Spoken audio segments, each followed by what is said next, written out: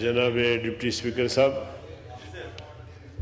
میں آپ کو زحمت دینا نہیں چاہتا تھا، لیکن یہاں جو مدنی مسجد کی شہادت کا واقعہ پیش آیا ہے، اور میں شکر گزار ہوں وزیر مملکت برائے داخلہ کا کہ اس نے اس مسئلے کے حل کے لیے کوشش شروع کی۔ 2 میٹنگیں ہماری ہوئی، اور وہ پھر آج میں ان کو سن رہا تھا جو مدنی مسجد کی شہادت پہ وہ کچھ فرما رہے تھے، تو میں نے بھی مناسب سمجھا کہ میں اس حوالے سے تھوڑی سی وضاحت کروں۔ جناب ڈپٹی اسپیکر صاحب، مسئلہ یہ ہے کہ میں سمجھتا ہوں کہ منسٹر صاحب کو اسلام آباد انتظامیہ نے غلط گائیڈ کیا ہے۔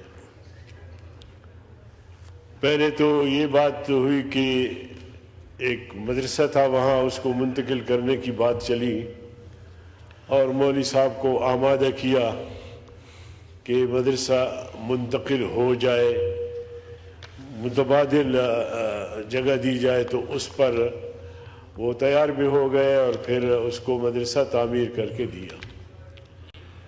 لیکن جہاں تک ہمارے معلومات ہے، مولوی صاحب بھی اس بات پہ راضی نہیں تھے کہ مسجد شہید کیا جائے، اور اس کے بعد ہمارے لوگوں نے بھی انتظامیہ سے رابطہ کیا۔ آخری رات تک 11-12 بجے تک انہوں نے کہا کہ جی نہیں، ہم مسجد شہید نہیں کریں گے۔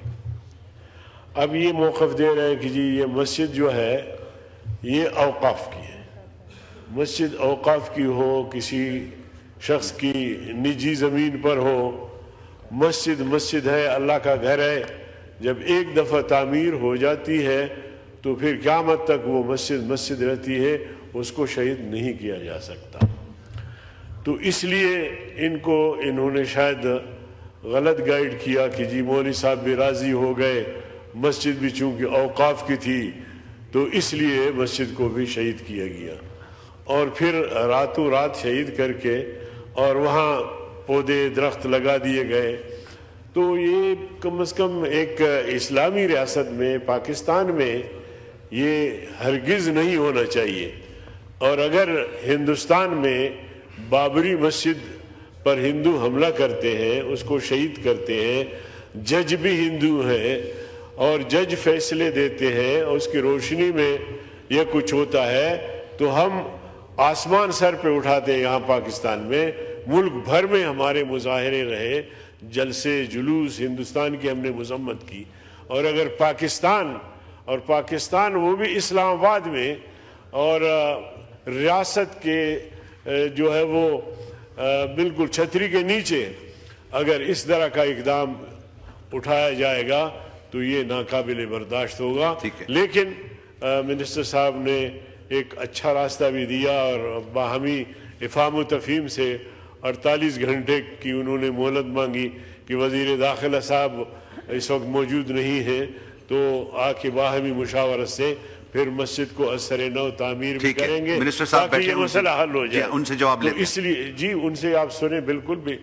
تو میں چاہتا ہوں کہ اس وقت مسئلہ ان کے اور ہمارے ہاتھ میں ہے، ہم اس مسئلے کو حل کر سکتے ہیں، لیکن اگر اس میں طوالت اور اس کو ہم لمبا کھینچیں گے تو آپ یقین جانیے پھر لال مسجد جیسا حادثہ رونما ہو سکتا ہے۔ تو کل بھی میں نے ان کی خدمت میں گزارش کی، اور وہ بھی اس کی حساسیت کو، اس کی اہمیت کو سمجھتے ہیں، اور کل بھی ہزاروں لوگ تھے۔ میں نے ان کو کہا کہ بھائی آپ اپنا مظاہرہ ختم کریں، بس نماز پڑھ لیا تو ٹھیک ہے، آ گیا۔ تو اللہ کے فضل و کرم سے جواب سن لیں نا مولانا صاحب، جواب سن لیں جی۔